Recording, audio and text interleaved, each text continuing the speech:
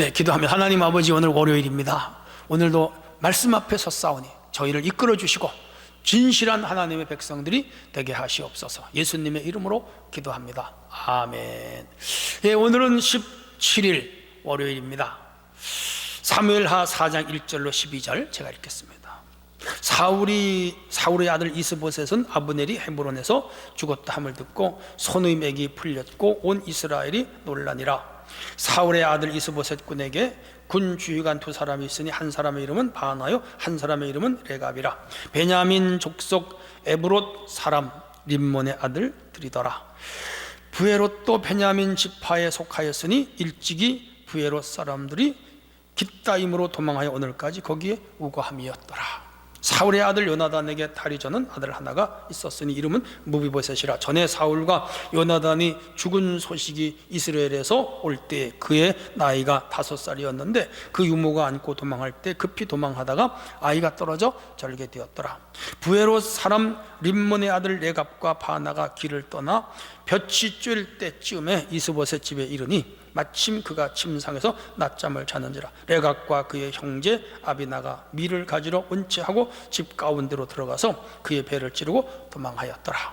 그들이 집에 들어가니 이스보셋이 침상에서 침상 위에 누워 있는지라. 그를 쳐 죽이고 목을 베어 그 머리를 가지고 밤새도록 아라밧길로 가 헤브론에 이르러 다윗 왕에게 이스보셋의 머리를 드리며 아르되 왕의 생명을 헤아려 하던 원수 사울의 아들 이스보셋의 머리가 여기 있나이다. 여호와께서 오늘 우리 주 되신 왕의 원수를 사울과 그의 자손에게 갚으셨나이다 하니, 다윗이 부에롯 사람 림몬의 아들 레갑과 그의 형제 바나에게 대답하여 이르게 그들에게 이르되 내 생명을 여러 환난 가운데서 건지신 여호와께서 살아계심을 두고 맹세하노니 전에 사람이 내게 알리기를 보라, 사울이 죽었다 하며 그가 좋은 소식을 전하는 줄로 생각하였어도 내가 그를 잡아 시글락에서 죽여서 그것을 그 소식을 전한 가품으로 삼았거든. 하물며 악인의 의인을 그의 집 침상에 위에 죽인 것이겠느냐.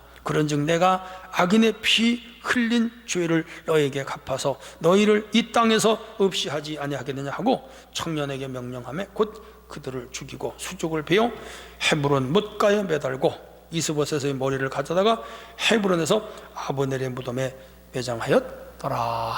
아멘. 네, 오늘은 배신자의 악행에 대한 공의로운 판단, 이런 주제로 우리 잠시 큐티하는 시간을 갖도록 하겠습니다. 자, 어제 아침에 우리가 말씀드렸죠. 이제 그 아브넬이 요압에게 죽고 다윗이 뒤에서 사주했다는 백성들의 오해를 받을까 염려됐죠. 한 국가의 지도자가 그런 일을 하면 안 되고 뿐만 아니라 지금 이 사울의 그 영역 안에 있던 사람들과 다윗의 영역 안에 있던 사람들을 둘로 합하여 통일 왕국을 만들어야 되는데 이 일이 오해가 되면 이 나라를 하나로 세우는 일에 큰 지장이 생겨요. 그래서 다윗은 자기 오해를 불식시키기 위하여 아브넬을 위하여 금식기도 하고 슬피 울었고, 그리고 더 나가서 그의 시체를 잘 장사 지내주고 또 애가까지 불러서 진짜 자기가 죽인 자가 아님을 증명함으로 인해서 백성들의 오해를 풀게 됐다. 그거 배웠죠. 자, 오늘은 이제 그 아브넬이 죽었다는 소식을 이스보셋이 들어요. 어쨌든 사울 가문의 이스보셋이 한 2년간 왕으로 있었는데 이 아브넬이 꼭두각시 바지 사장을 세웠다고 여러 번 말씀드렸죠. 그 수렴 청정하면서 아브넬이 그 사울의 영역 안에 있던 사람들을 자기가 떡주물어서 주물렀단 말이야. 근데 지금 죽어버렸어. 그러고 나니까 그 소식을 누가 듣겠어요? 이스보셋이 듣고 크게 낙심했죠. 자, 그래서 후속에 어떤 문제가 일어나는가? 1절로 7절 이스보셋이 살해를 당합니다. 아브넬이 죽은 후에 사울 가문은 급속히 이제 몰락하죠. 이스보셋과 이스라엘은 아브넬의 죽음 소식에 큰 충격을 받고 이제 이 이스라엘의 대사는 다윗에게로 넘어갔다. 왜? 사울 죽었죠. 요나단 죽었죠. 그의 이제 세 아들 다 죽었죠. 그 장수 아브넬 죽었죠. 이제 뿔뿔이 흩어지는 거로. 자, 그래서 지금 이 사울 가문도 충격을 받고 그를 따르던 백성들도 충격을 받았습니다. 사람들 이미 여론이 이젠 다윗이 왕이 되겠구만, 이젠 다윗이 왕이 될 거야, 이렇게 흘러내려가고 있었습니다. 자, 그러자 또 여기에 아주 얕은 꾀를 부리는 자들이 있었는데, 이스보셋 군대 지휘관인 베냐민 사람 바나와 레갑, 형제들이에요. 이 두 사람이 밀을 가지러 온 책 하면서 이 이스보셋이 있는 집안으로 들어갔어요. 가보니까 그날 이스보셋이 낮잠을 자고 있는 거라. 낮잠 자면 안 되죠. 지금 자기 장수가 죽었는데, 그러면 자기에게 어떤 일이 미칠지 모른다고 경계해야죠. 정신 차려야죠. 바짝 차리고 있어야죠. 자기 주변에 무슨 병사들을 호위를 시킨다든지 자기가 칼을 차고 있다든지 그래야 자기 생명을 지킬 텐데, 이 이스보셋은 그런 의미에서 지도자감이 아니에요. 전혀 경계하는 기색이 없고 대낮에 그것도 낮잠을 자고 있어. 낮잠을 자고 있어. 그래서 이 바나와 레갑 두 사람이 들어가서 6절 7절 보면 찌르고 쳐 죽였다. 찌르고 때리고 죽였어. 같은 단어. 아마 배를 찌르고 머리를 때리고 죽이고 목을 잘랐어. 그리고 도망을 치. 이렇게 해서 이 사울 간본에는 다 죽었어. 사울에게 네 아들 다 죽었어. 그리고 그 집에 아들 하나가 있는데, 그 아들은 요나단의 아들이에요. 무비보셋이 있어요. 근데 그 할아버지와 아버지와 그리고 삼촌들이 전쟁에서 죽었다는 그 소식을 들을 때가 5살이었는데, 그 유모가 그 5살짜리 무비보셋을 안고 도망을 가다가 충격에 땅에 떨어뜨렸는데 양쪽 다리가 다 망가졌어요. 두 다리를 저는 장애자야. 이 무비보셋 이제 훗날 다윗이 도와주는 것에 대해서는 또 성경에 이미 사무엘상에서 우리가 배운 바예요. 그리고 또 앞으로 나올 거예요. 자, 아무튼 간에 그래서 이제 이 사울 가문은 거의 몰락 직전까지 왔다. 다만 요나단의 아들 무비보셋 한 사람만 남았다. 이 아브넬이 죽은 후에 바나와 레갑은 그래도 그 사울의 명맥을 이어오던 이스보셋을 죽였어요. 왜 그랬을까요? 그 목을 가져가서 자기들이 다윗에게 망명함으로 다윗으로부터 보상받으려고. 그렇게 하는 길이 자기들의 생명을 유지할 거라고 생각을 했죠. 왜냐하면 힘없는 이스보셋의 그 휘하에 있다가 다윗 군대가 오면 자기들이 몰살한다는 거 알고 있지. 그렇게 해서 선수치는 거지. 그러나 이것은 사실 자기들의 생명을 단축시키는 방법이기도 했죠. 하나님이 기뻐하지 않는 일입니다. 우리가 세상 살아가면 모든 일은 원리가 있고 순리가 있고 원칙이 있고 그리고 법이 있는 거예요. 이렇게 사람 목숨을 파리 목숨처럼 죽이고 자르고 찌르고 때리고, 그래서 그 한 사람의 생명을 죽이고 거기서 자기들이 어떤 이익을 꾀한다면 그것 자체가 악이죠. 하나님은 결코 기뻐하지 않아요. 하나님은 그런 사람에게 절대로 상을 주거나 복을 주지 않습니다. 우리는 매사에 하나님의 뜻을 따르고 신실하게 사는 성도가 되어야 됩니다. 8절로 12절입니다. 다윗이 바나와 레갑을 처형합니다. 자, 이렇게 해서 이 이스보셋을 죽인 바나와 레갑은 그 목을 잘라서 봉지다 넣었는지 끈을 꿰는지 모르지만 그걸 들고 다윗에게 왔어요. 그리고는 당신의 원수를 우리가 갚았습니다. 이자의 아버지 사울로부터 다윗 임금께서 얼마나 고생을 많이 하셨습니다. 10년 넘게 동가속 서가속 들로 산으로 이방 나라로 쫓겨다니면서 얼마나 핍박을 많이 받았습니까? 이제 오늘 하나님께서 그 원수를 갚으셨는데 우리가 그 원수를 갚아드렸습니다.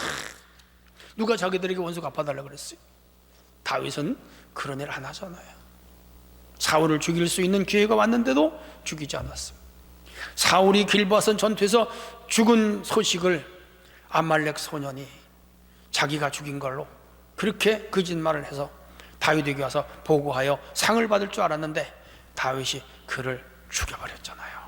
하나님의 기름 부음 받은 자를 죽였고 거짓말했잖아. 하나님은 다윗은 이 사울의 가문이 멸하는 것에 대하여 하나님의 심판의 순리를 따르지 인위적인 작동이나 인간적인 방법으로 제거하는 걸 근본치 않았던 거죠. 이런 의미에서 다윗은 큰 인물이죠. 그러면서 이 바나 레갑은 사실 이스보셋의 신하들이었어요. 신하들이 자기 군왕을 죽인 건 뭐예요? 배신자죠. 이런 자들은 또 다윗에게 와도 배신할 수 있는 개연성이 충분하죠. 그래서 다윗은 밑에 군대를 시켜서 이 자들을 죽여버려 그랬어요. 죽였어. 그리고 그의 팔과 다리를 잘라서 매달아 놨어. 사람들로 하여금 이 악한 자의 최후가 이렇게 된다는 것을 본때를 보여준 거지. 본때로.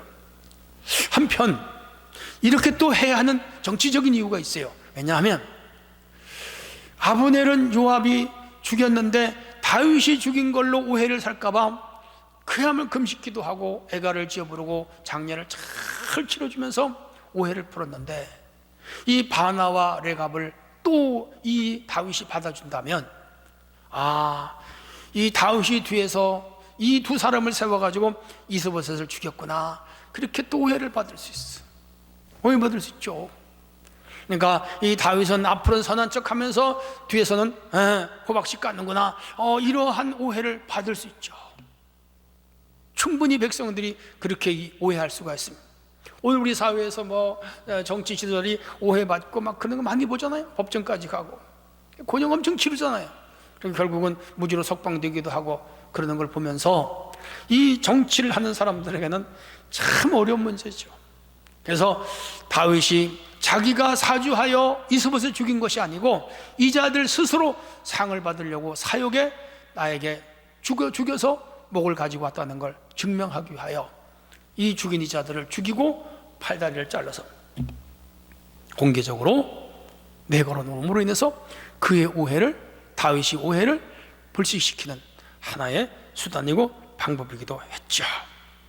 어쨌든 간에 선과 악을 바르게 분별하고 악을 용납하지 않는 다윗의 이 단호함, 그건 참 대단한 사람이에요.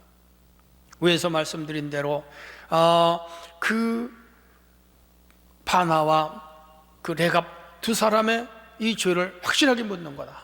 전에 사울을 죽였다고 거짓말했던 아말렉 소년 확실하게 제거하는, 악에 대하여 확실하게 응징하고 용납하지 아니하는 다윗의 확실한 처세술은 한 국가를 이끌어가는 지도자로서 가져야 할 기초적인 덕목이었다, 그렇게 볼 수가 있습니다. 오늘 우리 예수 믿는 사람은 어떻게 됩니까? 악을 근절해야 됩니다. 악하고는 타협하지 말아야 됩니다. 그래서 시편 1편 1절에 복 있는 사람 악인의 꾀를 따르지 않고 죄인의 길에 서지 않고 오만한 자의 자리에 앉지 아니한다. 여호와의 율법만 즐거워하고 그 율법만 묵상한다. 이게 진정한 그리스도인입니다.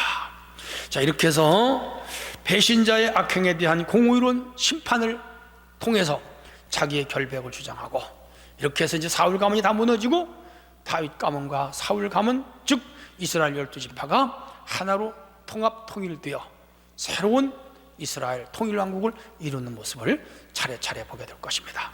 오늘 하루도 주안의 복된 날이 되시기를 축복합니다. 하나님 아버지 감사합니다. 오늘의 말씀을 마음에 새기고 참으로 승리하는 하루의 삶이 되게 하옵소서. 예수님의 이름으로 기도합니다. 아멘.